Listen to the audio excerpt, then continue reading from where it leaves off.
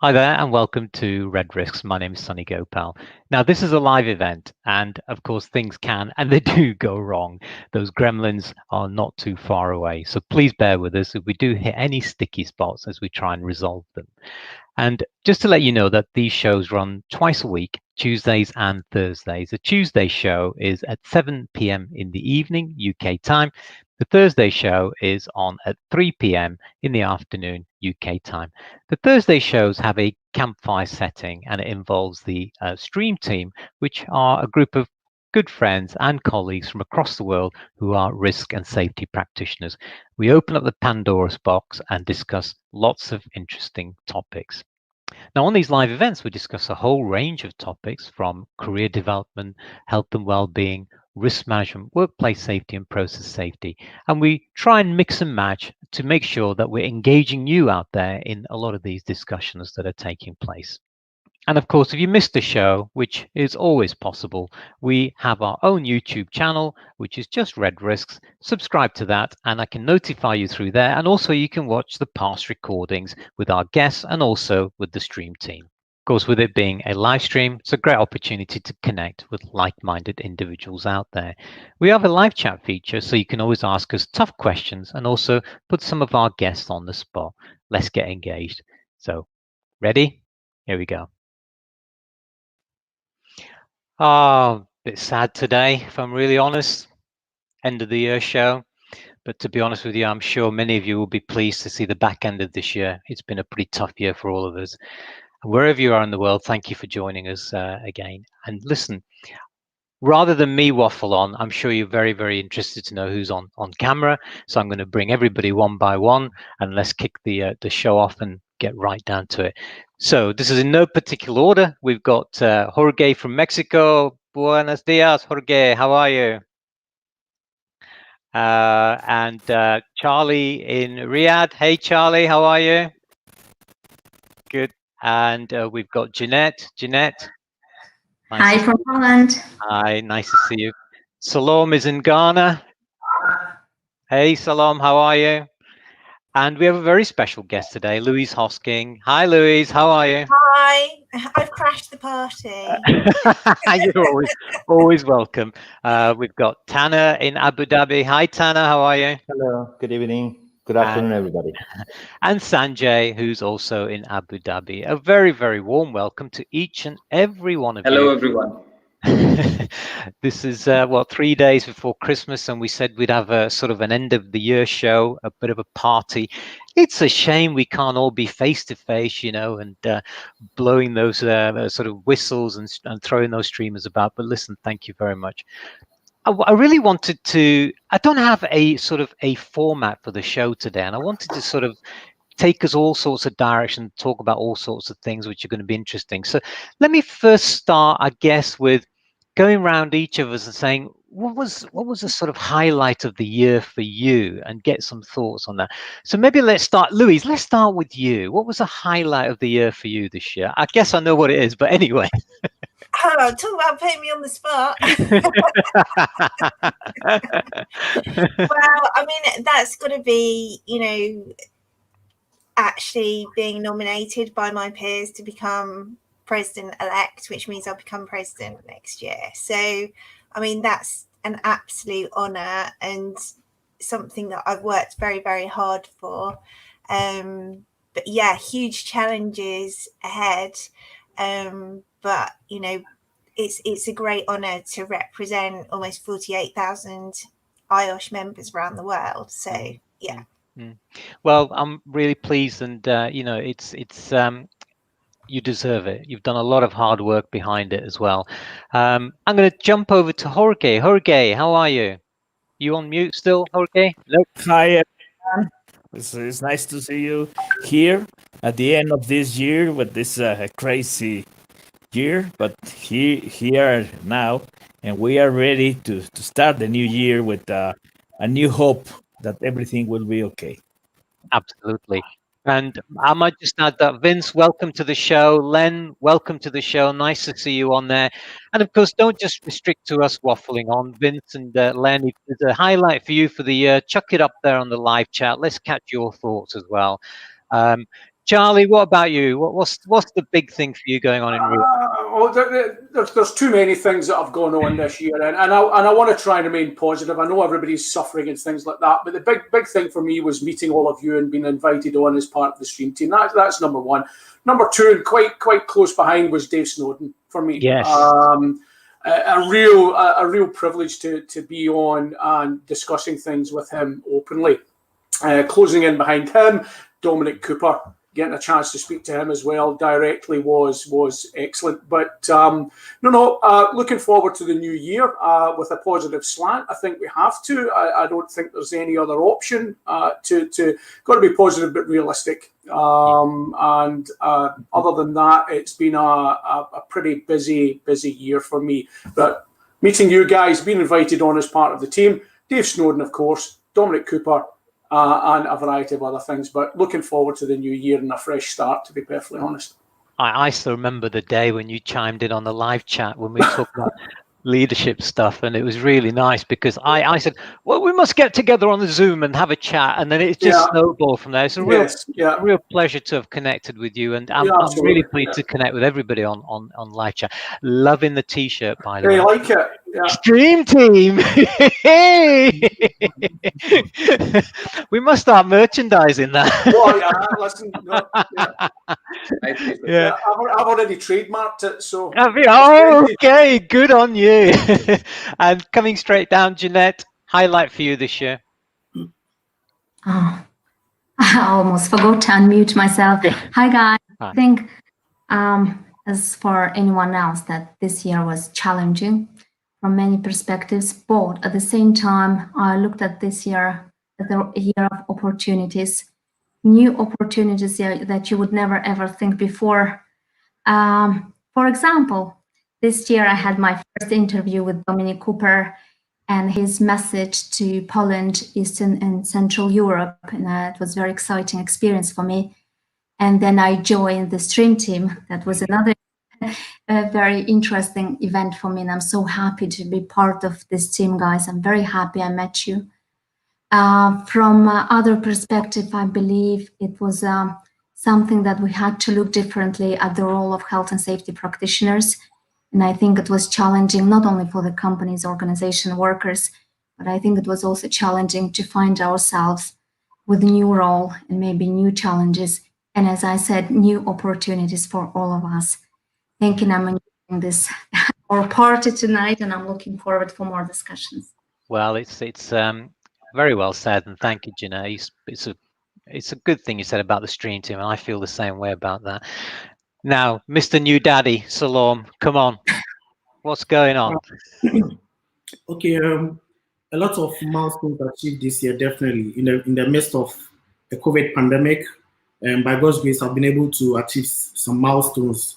I started off the year without a job, and all along I've been trying to work my way up to working for an exploration and production company. So by God's grace, I was able to find a dream job that I wanted, to work for an EMP company. And then also I was able to find the love of my life, and I was able to get married this year. And of course, I have a bouncing baby boy. So a lot of good stuff for me this year. And these are very wonderful feeling for me right now. I can feel the positivity, Salom, and it's really, you share it with us as well. And thank you. Sanjay, you've been off the radar for a while. Lots of things happening with you. Yes, absolutely. Good evening, everybody. Yes, certainly this COVID pandemic has hit, very hard in some of the areas. And as I was also on my, change of organization and all that mobilization phase and all. But yes, I keep all that positive note with me, and, learning, sharing and caring. That's how I got introduced with you and this my stream team family. And, educated many of the IOS professionals, those who want to be chartered members. So it's very good that under my guidance, 3 people back to back got a chartered member of IOS. Oh, so that's fantastic. a great achievement for me. Well done. Great. And as we have done a lot of stream with all OSH professionals, so it was very good, and it's a learning curve for me as an individual. Mm-hmm. And definitely this year, as we have done many, seminars, streams, topics we covered, and definitely we are looking for 2021 Yeah, to be more, lasting. Yeah. absolutely. Yeah. Tanner, you're good. So. Good afternoon. Good Yeah. afternoon, everybody. Good evening. Wherever you are, good morning also. That the the it started with COVID-19, as you all are aware. That then I realized at some point that everybody in my organization looking at me to just guide them through this, and then somehow I realized that I need to be let's say, not really, but medical practitioner at the same time. So it was a big challenge for me to get all the correct information to channel to my organization. That was one thing. But being a part of Stream Team, it's one important thing happened to me. And thank you very much for your invitation. I'm happy to be with all of you during this year, and hoping to continue in 2021. And thank you very much. Well, thank you, Tanner. In fact, you know what? You thank me, but really I should be thanking you guys, because without your involvement, without your input, more importantly, without your motivation, it wouldn't be what it is now. I mean, for me, when I set this off last year, was very, very lonely for me. I used to produce these static videos, took an enormous amount of time. For every 1 minute of video that someone watched, it took nearly 10 minutes of processing and editing time. You are really the Stream Team, in fact, the dream team, because you've made the whole process streamlined for me and very efficient. And you've now, in 2021, you're going to do even more by literally taking over the Thursday shows one by one every month. For example, Charlie's on the spot in February, then followed by Jeanette, and I think then Tanner and Gemma. And Gemma's got a great set of shows planned in May to be really focusing on mental health and well-being. So really, as much as you thank me, I'll thank you 10 times more for actually doing what you're doing and helping me out in this. Let me take this into a direction now, which is for next year.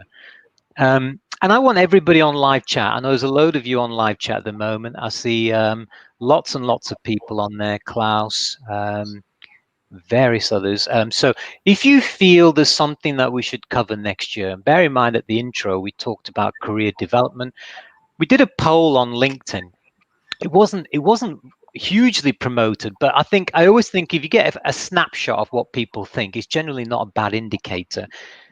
Top of the list was health and well-being, and that's not a surprise really when you think about it. We're going to come out of 2020 having gone through the nonsense and stuff that we've gone through, and a lot of us are going to be in almost like PTSD mode, post-traumatic stress disorder. So with health and well-being in mind next year, and also career development was the second in the list, 30% on that one. Then came leadership safety at 20%, and then it was culture-related stuff at 10%. So top of the heap is health and well-being and career development. Do you have any thoughts, any ideas as to what we should focus on? Because I want to take notes from all of you and from everybody out there. Hi, Mal. Hi there. Hi. So we're just sort of saying anything in terms of health and well-being. And Louise, you might have a whole host of ideas as well. Any thoughts? I'll tell you what, it's because I'm putting it out there, I better point it to one person in particular. Start with Mal, because Mal, it's just great of you to join us. We just started off with saying, what's your highlight of the year? So what is your highlight of the year then, Mal? Oh, wow. Highlight of the year. Being invited onto the Stream Team. Oh! and being able to share such a vast array of knowledge from far and wide. And it really has been, it really is, I suppose, the highlight of my year, honestly.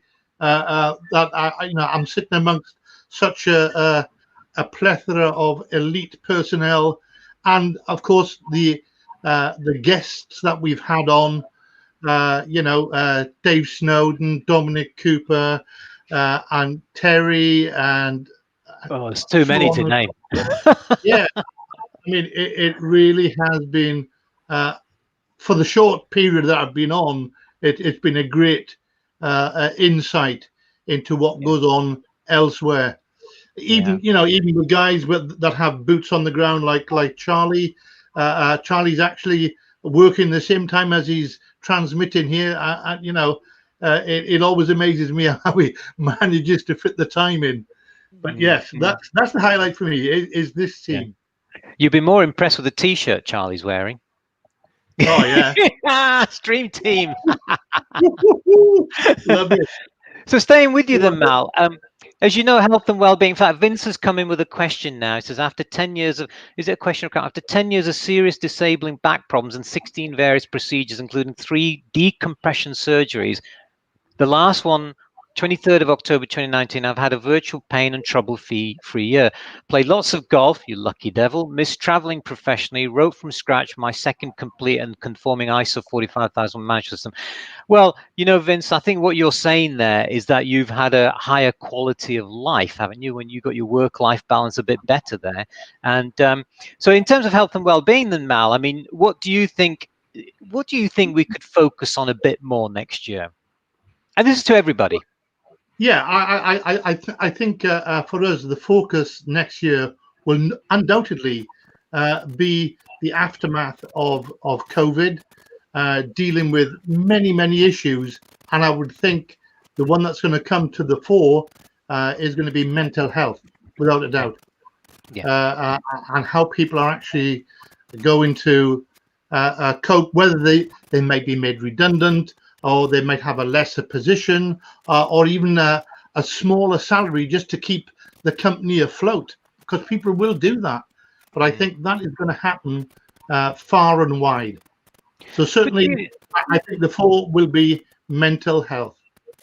Okay, do you think, again, everybody feel free to chime in, and Louise, everyone, do you think then that we should be focusing on it in such a way that we're not, how can I put it? You know, with health and well-being, it's very easy to talk about something where you can alienate yourself as well. What can you talk about without it being too much of a poke in the eye then? Well, again, for me, I don't think we should concentrate purely on mental health, because at the end of the day, we are not mental health experts. Our field of expertise is what we have here now. I mean, we have the industries far and wide, offshore, oil and gas, etc., etc. We are not all mental health experts, far from it.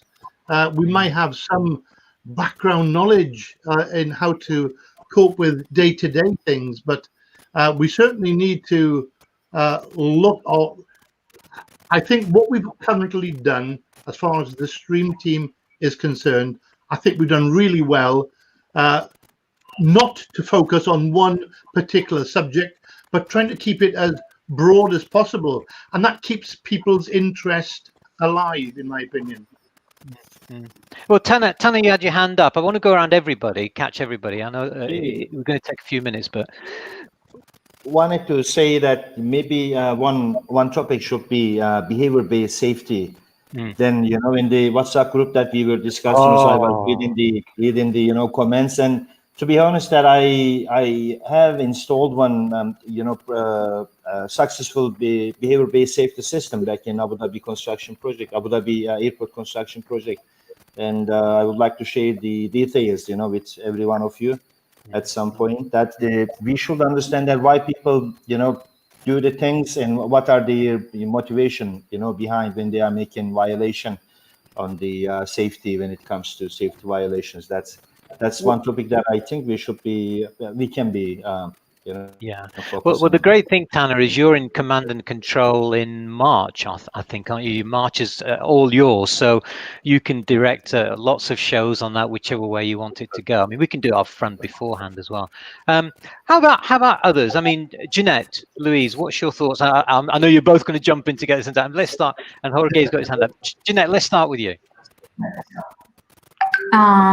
I completely agree with Mal and with everyone else. It's going to be aftermath, and I think there will be a challenge. There's also maybe a possibility to do some evidence-based research and just have a look how the pandemic changed or impacted the safety culture, the types and styles of leadership, the ones that were successful, because I believe it was a challenge also on the leaders, the managers, the top management, as well as workers, obviously.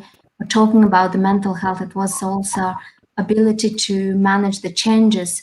And some changes, they were so fast within even, I don't know, within 1 week, we had so many legal changes, legal updates, and we had to challenge them. I went through some evidence-based articles and looked at the science with regards to the previous pandemic, and they are so different with regards to the findings. And I think it's a very good opportunity also to look at how the safety culture was impacted, or maybe it's only safety climate, and only the future changes might apply if it comes to the safety culture opportunities. Because I would like to look at the COVID and pandemic not only to the challenging times, but also the times of opportunities.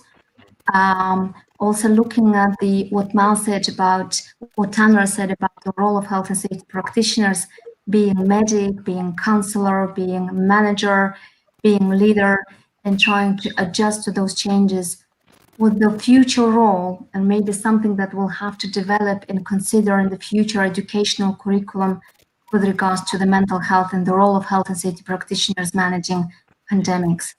That's my takeaway and maybe consideration for the new year. Good one, good one. Now, with so many on, it's like what Charlie said, Celebrity Squares, we've got so many on. If I miss anyone, just chime in, okay? So I'm going to jump to Louise. Louise. Yeah, no, really, I always love listening to these conversations. Yeah, I mean, mental health is the big one at the moment. And I think, you know, talking around, you know, who we are as OSH professionals, we need to be risk assessing this. And I think perhaps if you can look at sessions that will help professionals to undertake stress risk assessments, because that seems to be an area that I think people avoid a little bit. But the area that I was going to talk about, which I know is going to, you know, we're going to start looking at this, and we have done in IOSH, I think last quarter we started to introduce it, is that of human capital. So this is kind of looking at the much, you know, looking at it from right at the top, and you know, a sustainable business model needs to have all of its capitals in balance. So, you know, we think about sustainability and we usually think about environmental practices, but looking at the word sustainable means a lot more than that. And so it's about balancing the environment, the financial side, the social side, and human capital is key to all of this. And interestingly, when you sort of, if you Google human capital, it talks about people, it talks about knowledge, it talks about well-being, but it's our job to put health and safety into human capital, and for organisations to see that it's an important driver for their success. Yeah. So, you know, we've had this massive light shone on us this year, and we've got to keep that light shone on us and show business that this is an enabler for success. So for me, you know, the big piece, you know, I think to think about is human capital and how we put health and safety back into human capital. Okay, so what I want to do with that, what you just said, Louise, is I'm going to go over to Charlie and then come down to Jorge, Salome, and Sanjay. But our January shows are packed out, and it's great that they are, because it's really difficult to get guests and so on, but we seem to be doing really well with that now. Coming to you, Charlie, with February in mind, because you've got shows planned in February, maybe we get Louise on the show to talk about human capital. Is that possible, Charlie? I don't see it being a major issue at all. I mean, there's a couple of things that I've got penciled in, but nothing concrete at the moment. Okay. One of the individuals that I would like to get on is either Susan Scott from the Resilience Training Company, who I've just spent the last couple of months with, or even possibly Derek Mowbray from the Management Advisory Service. Wow. And talking about resilience and well-being and things like that. So I haven't. I hope they're not listening, because I haven't asked them yet. So that's a possibility for February. I'll let them have Christmas and New Year. Then I'll start speaking to them in the new year. There's a couple of things that there's. Number one is that we've had to prove that we're resilient individually. Like Janet's saying that, and everybody's saying that the spotlight is now focused on us and everything else like that. And I think there's an aspect of we have to remember that we have to be fit and healthy. We have to be mentally aware and understanding of what's going on. And we tend to, this aspect of servant leadership, if you will, is we tend to forget about ourselves. And we tend to concentrate on others and things like that. And we have to be mindful that we've got to keep our engine at its optimum. Otherwise, we fall down. And I found that here being incredibly difficult, that people tend to look to you and you tend to forget about yourself. And you end up in being burnt out and things like that. So there's that aspect of looking at resilience with ourselves going forward and making sure that we are competent, we're looking after ourselves, we're fit for the future as much as looking after everyone else. So there are a couple of things that I find interesting, and particularly what Tanner was talking about BBS, and it goes back to something that I mentioned a couple of shows ago, is that we can't just think about occupational health and safety from a Western UK perspective. It's too narrow. And with all these, I'm not sure what it's like in Mexico and South America. I can probably take a reasonable guess, but the Chinese, the Southeast Asian, India, and everything else like that. So behavioural-based safety is probably relevant to different regions, so different folks, different strokes, different folks. And I know there's an awful lot of people out there that say, nah, BBS, and they don't like it, and things like that. As far as I'm concerned, if it fits where you are and it works where you are, then go for it. The same with Target Zero. If it fits where you are with the level of occupational health and safety you have and the legislation you have and whatever floats your boat, if it gets you to the end of the day and gets you to the end of the week with minimum fuss, minimum interruption, then go for it. You shouldn't be sidelined into something that you can't really implement and get, and all that sort of stuff. The other thing that I'm really interested in, and it's been kicking around in the background, is the aspect of SMEs. Right. And then SMEs are defined as any company that's got less than 250 people. And European studies indicate that 90% of all fatalities in Europe originate within SMEs, and 86% of all serious injuries emanate from SMEs. And again, we tend to forget them. Jorge works in the nuclear industry. Tanner and everybody else here are all working for big organisations. We tend to forget about those organisations that they probably can't afford to employ a full-time occupational health and safety consultant. They probably can't afford to implement the new big thing. And even if they could, they wouldn't know what to do with it and things like that. So there's a gap there that I think that we tend to, it's not that we tend to forget about, but it tends to get sidelined along with all this big picture stuff, safety differently and the NHS and things like that. And there's a huge area there that doesn't get the attention it deserves. It's always in the too difficult pile. So there's a couple of things there, Sonny. There's your personal resilience, there's the SME issue, and there's also the cultural aspect. If it works for you and it's working well, then stick with it and don't be sidelined by the naysayers. And it's all, again, it's culturally and country and regional dependent. And it's that big picture mentality that we need to cultivate here as much as anything else, Well, the great thing about these conversations are that they're actually scoping out content for everybody's monthly shows. Sorry, did someone say something? I must have. I was just going to say, I agree with that, Charlie. And just to back that up, I'd say that if you have a system and it's working fairly well, don't try and reinvent or change the wheel. Because you're only going to lead yourself into something that into a domain that you're not familiar with. If your domain that you're working in and the systems that you have, they might be old, but if they are robust and they're working, why change them for some new fad that's going around the block? As the expression goes, if it ain't broke, why try and fix it, I guess. Yeah, exactly. Yeah. So we've got a very active live chat going on, and I'm going to pick those up in a minute. In fact, let's pick a couple of them up now and then go to Jorge afterwards. So Jahingir would like to join such discussions in the future. You're always welcome to join the discussions. Drop me an email. The email's at the top, live@redrisks.com. And if you've got to talk about something specific, let's do it. Okay, this is not an elitist show. You're all welcome to take part, and we'll fit you in as we go along. Len, HSE stats for 1920 show an increase of 30% plus before the current pandemic, and that's really worrying. Very much so, Len. And well, watch this space. I don't know how that's going to go in the future, especially when people's minds are on other jobs. You know what they say in terms of all the issues that are going on. Vince, now I wondered, Vince, when you were going to bring this one up, just to say, we are not a show just about health and well-being. We do, as you saw in the front-running video section, we do all sorts of things. And you are right, Vincent, we do need to look at the other things. In fact, what I would suggest to you is you're very active on these things, is we get you on the show sometime in the future, and then we give you a grilling as well.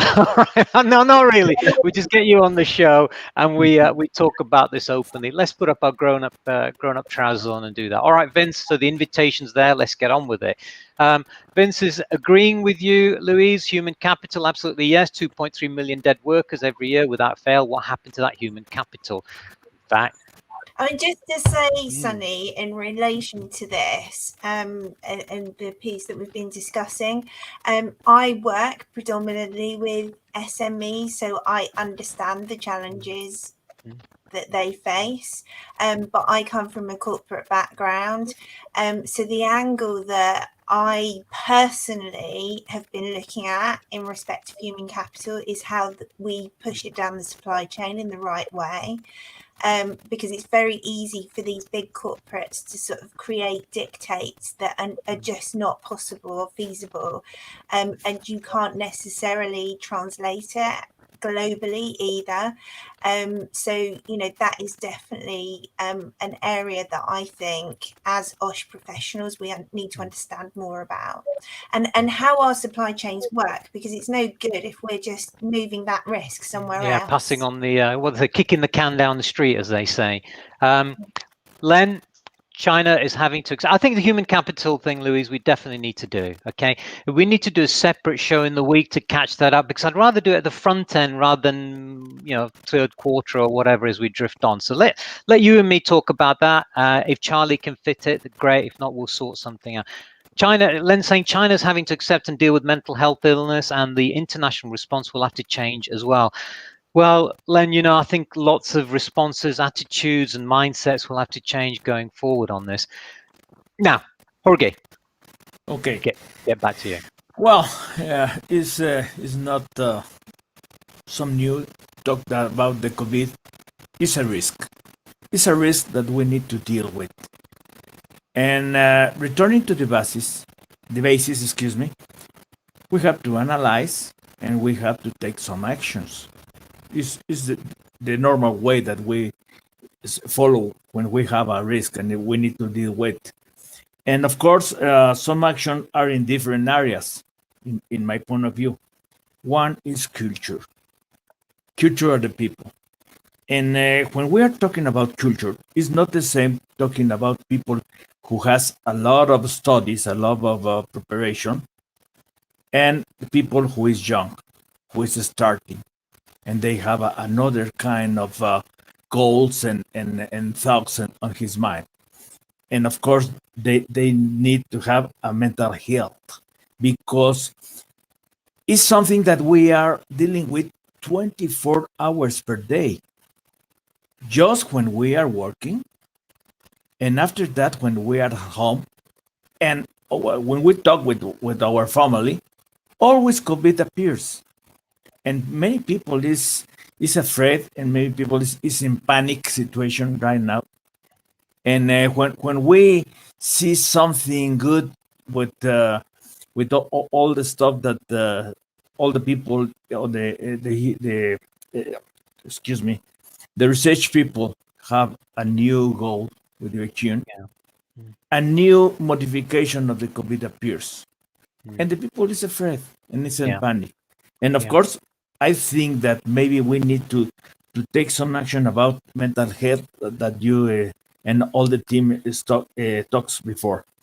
And of course, a big deal is exchange of experience, because it's not the same thing that you have on United and UK, that you have on the Middle East, that we have here in America, United States, in Guatemala, in Brazil, in all this part, because the culture is different from school. And one is one of my points. What is happening right now on the schools? Do they have so much signatures for the people, for the students to prepare in safety issues? No. No, not in Mexico, not in America. Maybe in Europe, I don't have information but this is something that we need to improve. But the universities and high schools take a signature of this one, mental health, of culture, of safety, like you like to talk. And of course, which is the channel to have experience exchange like this one that we have here in our shows? The people is looking for us, trying to get some information to apply in his jobs, in his life. And I don't have a lot of information about how many channels that we have right now to deal with the COVID and all this stuff. This is my point of view. Well, I mean, it's an interesting, I totally agree with you. I think when it comes to health and well-being, it does not discriminate, does it? It cuts across all cultures, all colors, all nationalities, etc. I think we're all bound by a common sort of enemy there, which is the fact that our health and well-being are suffering as a result of all the issues that are going on right now. Salome, it must be quite a challenge in Ghana, I suspect, from the news that I've been hearing a lot of recently. Yeah, definitely, you're right. I think that the priorities are quite different from some of us here in Ghana and Africa at large. Given the fact that there's always a challenge with legislation. So we can't really be talking much about health and well-being when we have lack of legislation or inadequate legislation. So I'm actually wondering the role of the ILO, because I know that in the case of the UK, you have the EU directive, which is the first pack, which all members of the EU are supposed to subscribe to and implement within their countries. In the case of Africa and other third world countries, or probably let's say third world continent, and we have the ILO that are required, or ILO that is required to play a very key role. As a result, most countries are members of the ILO, and they are obliged to ratify most of the conventions, but unfortunately, don't seem to know how the ILO sort of follows up to make sure that most countries have the relevant national system that will make health and safety robust, to set the tone for us to begin to have conversation about mental health and well-being, or set our priorities right. So my focus or my expectation for next year is that maybe the ILO will be more up and doing as the unifying body as far as workers' rights is concerned, to ensure that all member states would implement the national system for safety, so we can then place our priorities right and even learn from the bigger community out there, like the Europe or the advanced world. And the other point that I'm also hoping we can address next year is the expectations for safety professionals. We all know that the safety profession, it's an organized body. That's why we have the likes of IOSH, CSP, and the rest. And these professional bodies come out with the code of practice for its members. But we have majority who are not yet members of IOSH or CSP and the rest.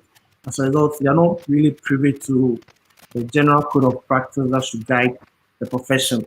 So we have safety officers with a whole lot of responsibilities. Some are playing the role of consultants. And I did mention in the group about the people not really operating within the limits of their roles, because there's lack of clear expectation. So if we have maybe the elderly people, or those who are more experienced and members of IOSH and professional bodies, could maybe enlighten the younger generation of what clearly they're supposed to be doing, and what is the code of conduct for them to work with. So that's my contribution. Well, I think you're actually echoing some of the things we've got planned next year as well, and we'll open that up in a minute. Coming down to Sanjay, thanks, Salon. Coming down to Sanjay, what about your thoughts? Yeah, basically, as Louis and Charlie was also saying, that we now we need to focus more on sustainability mindset, deriving from OSH to occupational health and safety to sustainability, Yeah. and Yeah. that's how we can develop more topics and health and well-being, like commitment, communication, and collaboration is also part of. We can take that as a individual elements. Yeah. We can discuss more into depth how we can develop the sustainability model to get things in line. I think for me, I like to listen as to what people want.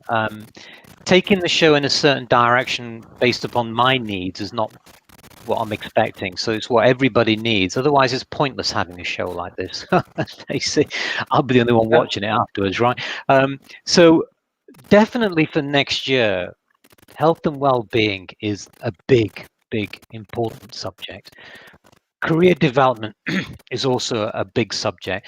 So some of the things I've got planned next year, certainly on the Tuesday shows where we can bring people from the States and other sides, we've got folks like Jimmy Quinn, who's going to be taking part on a regular basis. We're just going through the final hurdles on that one. So we're going to talk about occupational health and safety, IOSH. Louise is going to come and talk about human capital. Vince is going to come and talk about something to do with industrial accidents.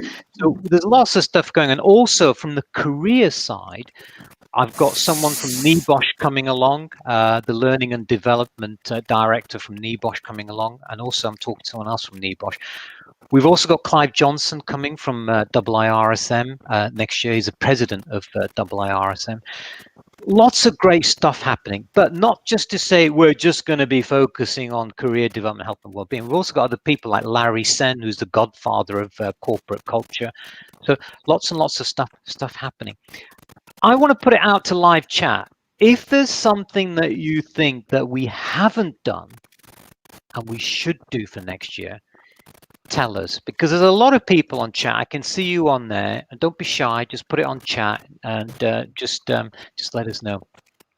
Now, Louise, I want to come back to you and ask you a question, and that is, with your role as IOSH president-elect, I know you've got some other things that you want to focus on next year as well. I know you don't want to talk maybe a great deal about, but maybe give us an insight as to what you want to talk about next year. Yeah, I mean, one of the sort of areas that because for me this evolves from the whole mental health and wellbeing piece is around inclusion. So it's looking at inclusion, equality, and diversity, because we know that if people feel excluded at work, it triggers the same response in the brain as physical pain. So inclusion and mental health and well-being for me are all joined up pieces, and how can we look, where as OSH professionals, we're in the business of solving problems that you didn't even know that you had, and we need diversity of thought in respect of that. So we're coming out of this, we're still we're experiencing new things every single day, and we need that diversity of thought. If we're all the same kind of person, we're gonna hit the same obstacles all the time. So I'm very interested in how we can create that diversity in our network, because we know that in terms of health and safety professionals, if you look at our currently it's we've got 20% women, it tends to be older professionals who are not that far off retiring, so how do we bring the younger professionals through? So for me, that's going to definitely be an important piece that I'm going to be looking at. And we'll support as much as we can from our end, because we're all about diversity and inclusion. Everyone who's on this box at the moment, we're in alignment with that. In fact, I always keep this quite handy, which is the IOSH magazine. I've actually got it open on a page that I'm actually doing. So for the next magazine, I've got a piece that I'm writing, and I'm just looking back at what we've covered in the past. So yeah, I mean, there's that whole piece there around that, and particularly as we start focusing in different ways around the health agenda, you know, I think that we're going to attract a different type of professional. So we need to capture all of those people, because, you know, we can really go into the organisations and the businesses that we walk alongside and support them in new ways. So yeah, and also globally is I'm really interested by continuing to capture this way of working that we have. You know, and we talk about sort of developing nations and nations that are a bit more further along in their journey, and how we can all help each other. And actually, I think the developing nations are going to find new ways of dealing with some of these issues that we can all learn from. So it's giving everybody that voice that is heard. Yeah, I've got another magazine which I won't flash up. I'll just put it to one side here. But I spoke to the person who's involved with that magazine. I said, "Did you read our magazine?" I said, "Yeah, great magazine, really nice." I said, "But there's no POCs." He said, "We have PLCs in there. We've got all the big companies. We've got all this, all that." I said, "No, POC, right?" Now, it sounds, look, it's like, oh, well, you would say that, but I'm not saying it because of my background and the color of my skin and so on. But to me, persons of color in a magazine is a good indication of how diverse and inclusive that magazine is. Some people do it because it's good publicity, good PR, but this particular magazine took it on board, and they've said next year we're going to change that. So I don't want to boil the ocean. I've been very vocal about that in the past, actually. Yeah, you know, I mean, yeah, I mean, we need to call that out when we see it in the right kind of way, and it's about everybody. You know, I mean, I'm also chair of the Chiltern branch, and one of the things that I talked, oh gosh, we've had this for a long time, is to make sure that we have a 50-50 gender split in our speakers. And actually, sometimes it's really easy to go to the person that you know, but sometimes you just have to try a bit harder, and you can achieve that. And it's about talking about it, and just keep talking about it, and you know, mentioning it, you know, and being open and honest if you're not providing that visually. I think so. Yeah, and I've done that in magazines before, Sunny. I think you have to do. You say speak truth to power, isn't it? I'm going to come to other folks as well, but I just want to say that on that side of things, I've been asked to do shows on bullying or something else and whatever. I mean, I've been a victim of some of these things, but I find it a bit sort of, well, there he goes again, sort of a thing. Now, I'm happy to do those shows so long as we get an expert to tell us what the solutions are.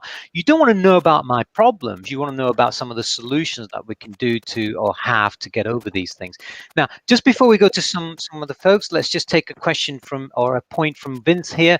Vince, yes, it's Dr. Ron Roberts, clinical psychologist, and Nihara Kraus, clinical psychologist, where works looks at what is causing the fear, leading to the phenomenon of mental ill health taking over the world. They're worth looking up to get background and fact-based evidence. Now, Vince, if you know those folks personally, put us in touch with them. Let's get them on the show. Okay, I prefer to have people on the show and share their knowledge and expertise. Right, freestyle, free fall time. Okay, anything anybody wants to talk about, just dive in rather than me sort of chucking questions. Mal, let's go with you. I'll throw one in, a can of worms in, if you like. I pointed out Louise even. I mean, you talked about your magazine and looking at the diversity in your magazine.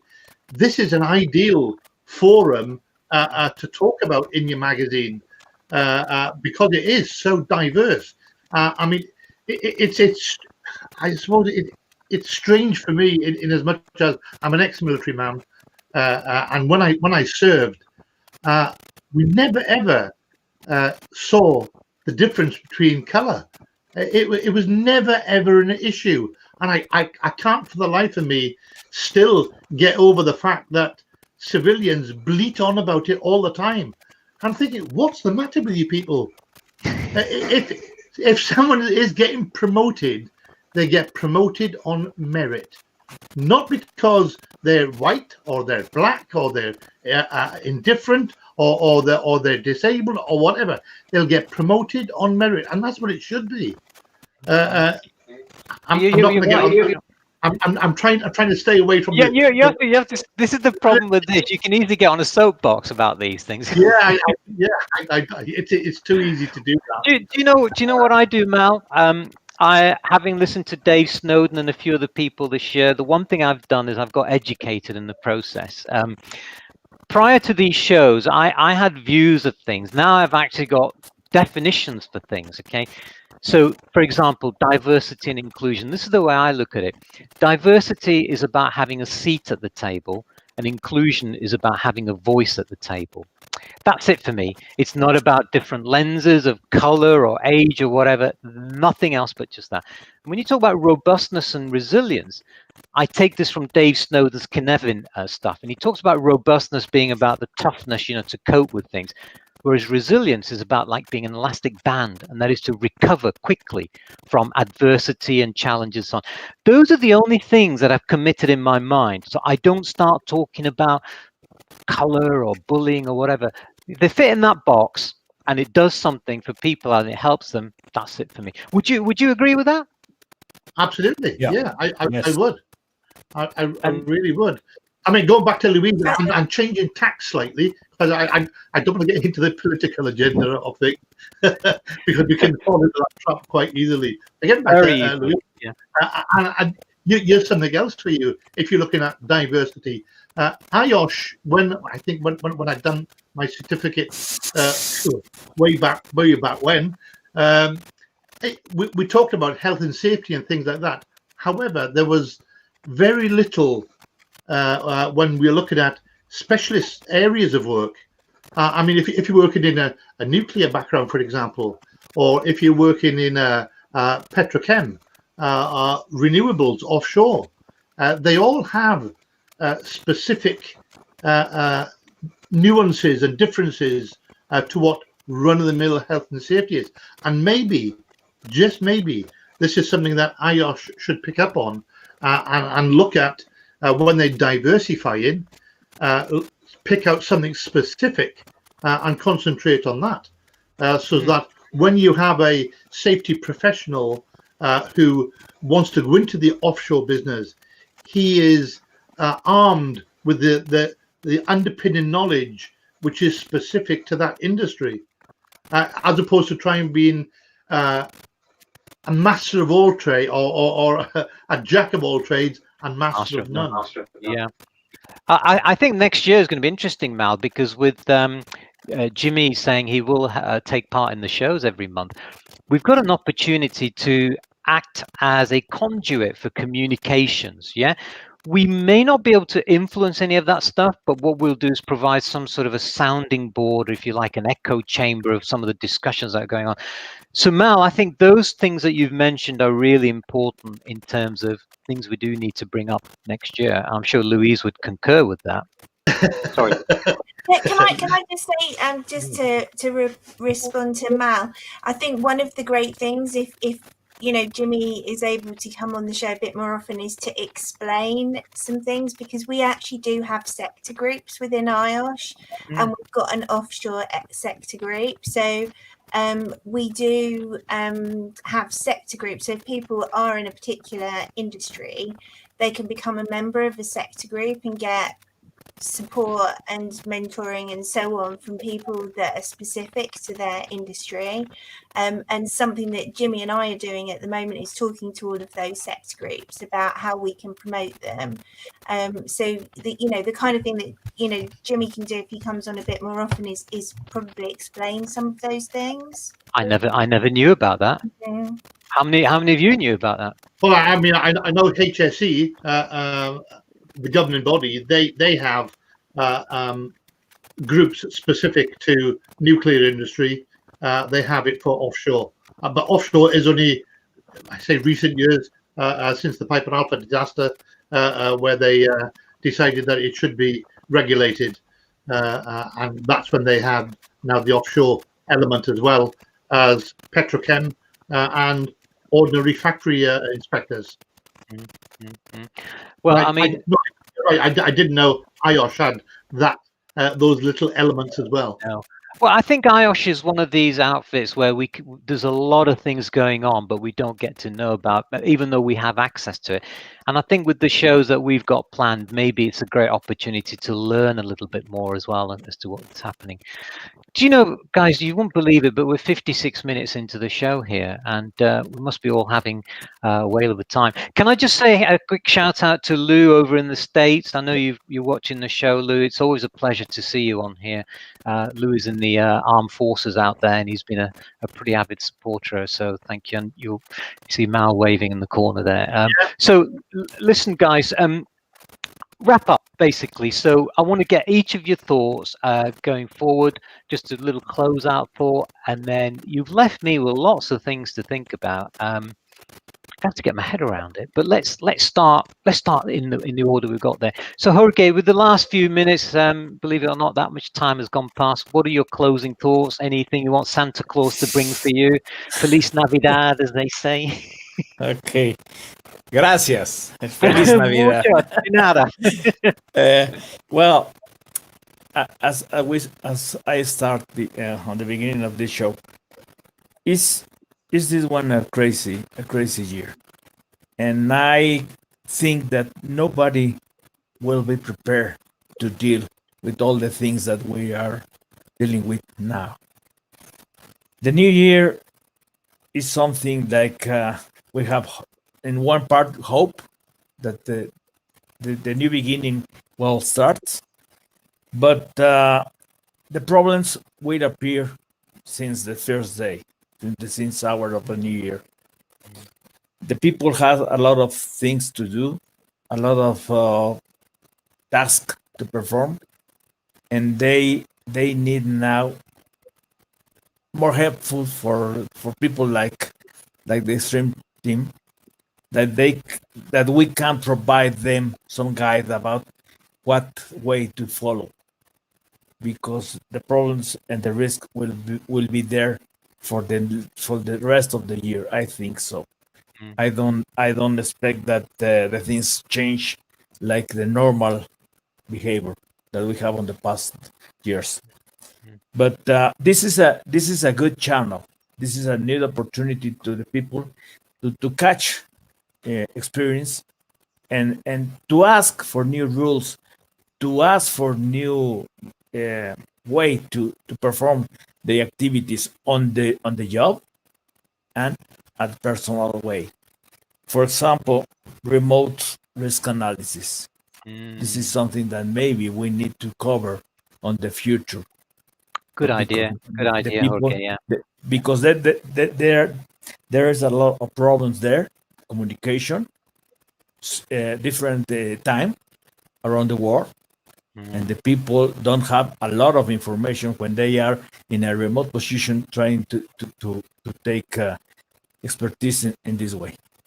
Have everyone a happy New Year's, a very happy Christmas, and I hope the new year we can help more people in these safety issues. Thank you very much. Gracias, Feliz Navidad. Feliz Charlie. Navidad. Charlie.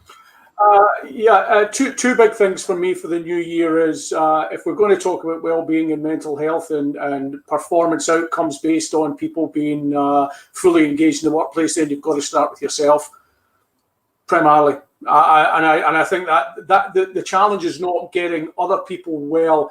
It's about us maintaining our mental health and well-being and what we do. And I think you can't do both. You can't be suffering and then trying to fix other people, because that's a recipe for disaster. So from my personal perspective, physical well-being, mental health and everything else from a personal perspective is as important as it is with others. And number two, I'm going to start challenging the poor opinion we have of people who of an older age within the Western culture. I don't like it. I think it's bad. And we need to challenge that as much as possible. And I'm not going to be shuffling off this mortal coil without a fight. So if anyone thinks that I'm going to be wrapping things up and going shuffling off somewhere, it ain't happening. So I'm around here for a long, long time. So people are going to have to get used to that. So, but yeah, Sarah, I'm going to challenge ageism in the new year. That's part of my Bravo. Well, my you New Year resolution. you won't find me far behind you in that queue. So, Good. And just to echo what Jorge says, season's greetings and a fantastic new year to all of you when it comes. I think that COVID demonstrated how much the safety should be closer to business, and how much we need to think about the health and safety, not only from the theory perspective, but also how much we need to look at the business and integrating health and safety into the business decisions. So I think for the new year, for me, it's important that whenever we run our shows, I think it's how much we make the health and safety practical and help our health and safety practitioners, but also businesses to integrate health and safety. And I'm looking at the two main topics in 2021. With regards to the career development, I picked up one topic from our WhatsApp group. It's about young health and safety practitioners, where to start and where to get support. And the second topic that I also picked up from the WhatsApp Health and our forum, it's about how to talk to top management with regards to the risk management and how to convince them. Sometimes they find it difficult to I think it's a language issue. It's how to talk that you will be able to be heard and to get that level of support required. So it's again elements of integrating decisions, health and safety management at different levels. And again, I'm looking here at the safety culture, leadership, but from the risk management perspective and from the business perspective, trying to make it more practical. That's my takeaway. And I would like to thank you for having me here and for letting me join this group one more time. And I'm looking forward to 2021. And Happy New Year, guys. Merry Christmas. Thank you, Jeanette. And you mentioned the WhatsApp group there. In fact, when we first started that WhatsApp group, after 2 or 3 days, I tried to nearly kill the group because there was too much stuff going on, right? And then I got about 50, 60 messages saying, please do not stop this group, just make it unmoderated.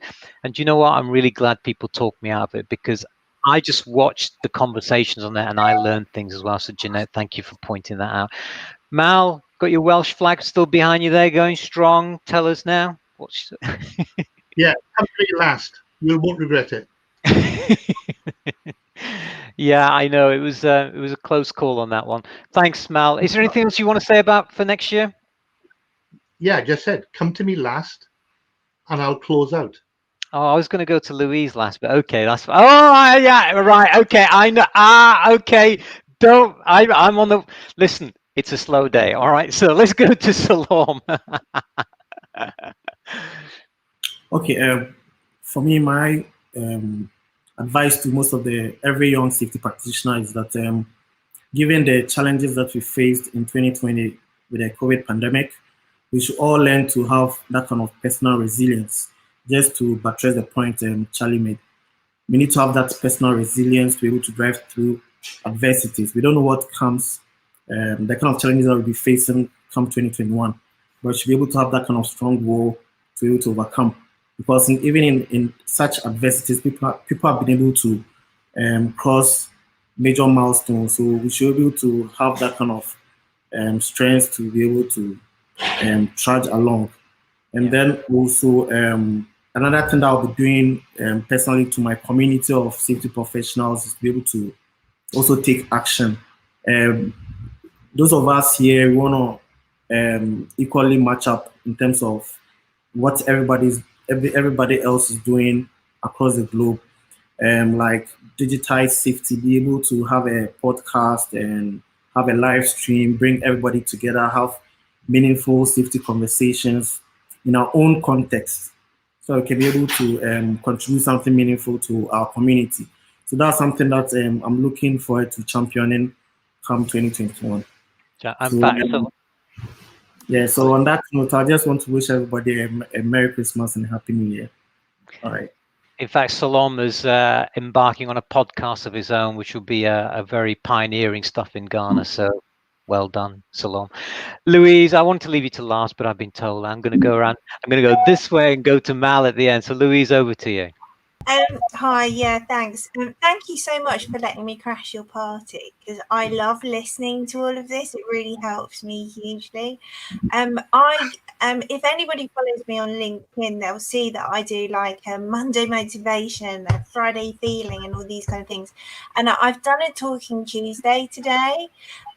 So I guess my passing shot is around. I think we've all been talking much more than we ever have done. I've got people in my network who I might have met once or twice and had a conversation at conference with, who I just chat to on whatever form of media far more often, and we've learned so much more. But you know, health and safety is a team sport, and great things are never achieved by one person in isolation. Engaged teams can achieve extraordinary things, but global teams can change the world one conversation at a time.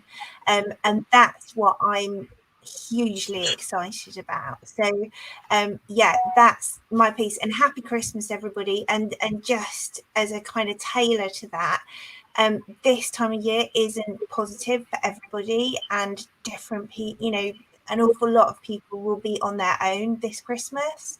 Particularly in the UK, we've gone into quite strict measures again, and we know loneliness can, you know, is equally harmful. So in terms of my Talking Tuesday, which it is today, you know, there's no reason for people to be on their own, is to just reach out and connect. And yeah, together we'll achieve great things in 2021. I'm certain of it. Absolutely. Well said there, Louise. Thank you so much. And with the digital platforms around at the moment, you can get in touch with any of us. Don't feel lonely, don't feel isolated, but you know, do get in touch. Tanner. Every time I join, to this talks, I learn a lot of things, and I would like, to your time you spend 1 hour with me and with all the audience now, and I appreciate your time spending your, time with us and sharing your experience. That's very important for me and for the audience also. Now, today, one of my friends called me and he said that this new mutation for this COVID-19, what you think? And I told him that we are better prepared than in the beginning of 2020. So no need to worry. I think, we will be doing very well in 2021, and don't lose hope. This pandemic will be over, at some point. It will not go, forever. That's one thing. And we all have to keep up the good work, and we need to try to excel what we are doing. That's, the thing that I want to say. Also, I want to add that today is my wife's birthday. Ida, I love you very much. And, I'm happy to be, your husband. And Happy New Year, everyone. And Congratulations. See you, yeah, I was hoping year. to see Aphrodite and the crew on there, your cat, but obviously they've decided to set the time. We are in different cities now. I'm in Beautiful Ajman. She's in well, Abu Dhabi. Thank you, Tanner. Thank you. Yes, Sanjay? yes. Yeah, thank you very much, Sony, and everybody out here, the stream team. It was lovely interacting. The years passed by, and we never know how the time spent. Then it was very good. And the takeaway is just keep healthy, keep focus yourself. End of the day, be safety professional. What we are doing. Yeah. If we see something, just make some noise. End of the day, we are saving. We are encouraging and influencing that everybody go home safely. That's what we are all about. And as Jonathan was saying, she will be taking that leadership skills and all in his trainings and all. So this will be definitely, enhanced, and we have to feel proud as a safety professional. Yes. Yeah. And thank you very much, and Merry Christmas to everyone and those who are listening to us, and Happy New Year coming up. Thank you, Sanjay. Now I know Mal. The beginning of the show, I said, I wonder if Mal is going to be on. I wonder if he's going to do this and so on. Of course, he must have read my mind. That's the great thing about the stream team. We're now connected with an umbilical cord so that you know what's going on, right? So, Mal, over to you. And I know what you're going to do. So, over to you. Yeah. Well, thanks very much, everybody, for participating. Thanks for the support that we've had from such elite people, including Louise. And we wish you all well in your tenure as president of IOSH. And we look forward to seeing how well we perform for you in the coming years. And with that, I'll end up and I'll say, have yourself a merry little Christmas. Let your heart be light. From now on, your troubles will be out of sight. Someday soon, we all will be together, if the fates allow. Until then, we'll have to muddle through somehow. So have yourself a merry little Christmas now. Merry Christmas, everybody. And Merry Christmas, everybody. Merry Christmas. Merry Christmas. Well, we'll lovely, see you. awesome song. We'll see. And thank you, Mal, for really taking us out in that wonderful way. I know each and every one of you have challenges. It's been a tough year for all of us, but we'll stay positive. The show is never about negativity. And in 2021, we're going to rock. Okay. So tune in, check us out in the new year. I'm going to see you all out with the outros. And if you all can stay behind at the end, let's have a quick chat and catch up. Okay. God bless you all. Take care. Love to all your loved ones. Bye, everybody. Bye. Take care. Yes, bye. Bye-bye. Bye-bye. Thank you so much for stopping by. I hope you enjoyed that show. Now, as I mentioned, we have 2 shows a week, Tuesdays and Thursdays. The Tuesday show is at 7 p.m. in the evening, and the Thursday show is at 3 o'clock in the afternoon, UK time. The Thursday shows are with the stream team, and we have a campfire setting, so it's a great opportunity to open up and have a discussion on some of these various topics. And of course, if you want to know more about us, head over to the website, www.redrisks.com, where we have a newsletter and I can update you weekly as to what's going on. I promise I don't spam. I'll only keep you updated on the good stuff. And on that website, you'll also find a link to our WhatsApp group and also a link to the group that we have on LinkedIn called Risk and Safety Professionals Forum. That's quite a lot of mouthful there, but basically head over to the website and you can find out all these details there. One way or another, we will connect and I'll keep you updated on everything that's going on. And if you missed the show, we always upload our recordings to our YouTube channel, RedRisks. Subscribe, and I can also notify you of any upcoming events. One way or another, we will make sure that we keep in touch with you.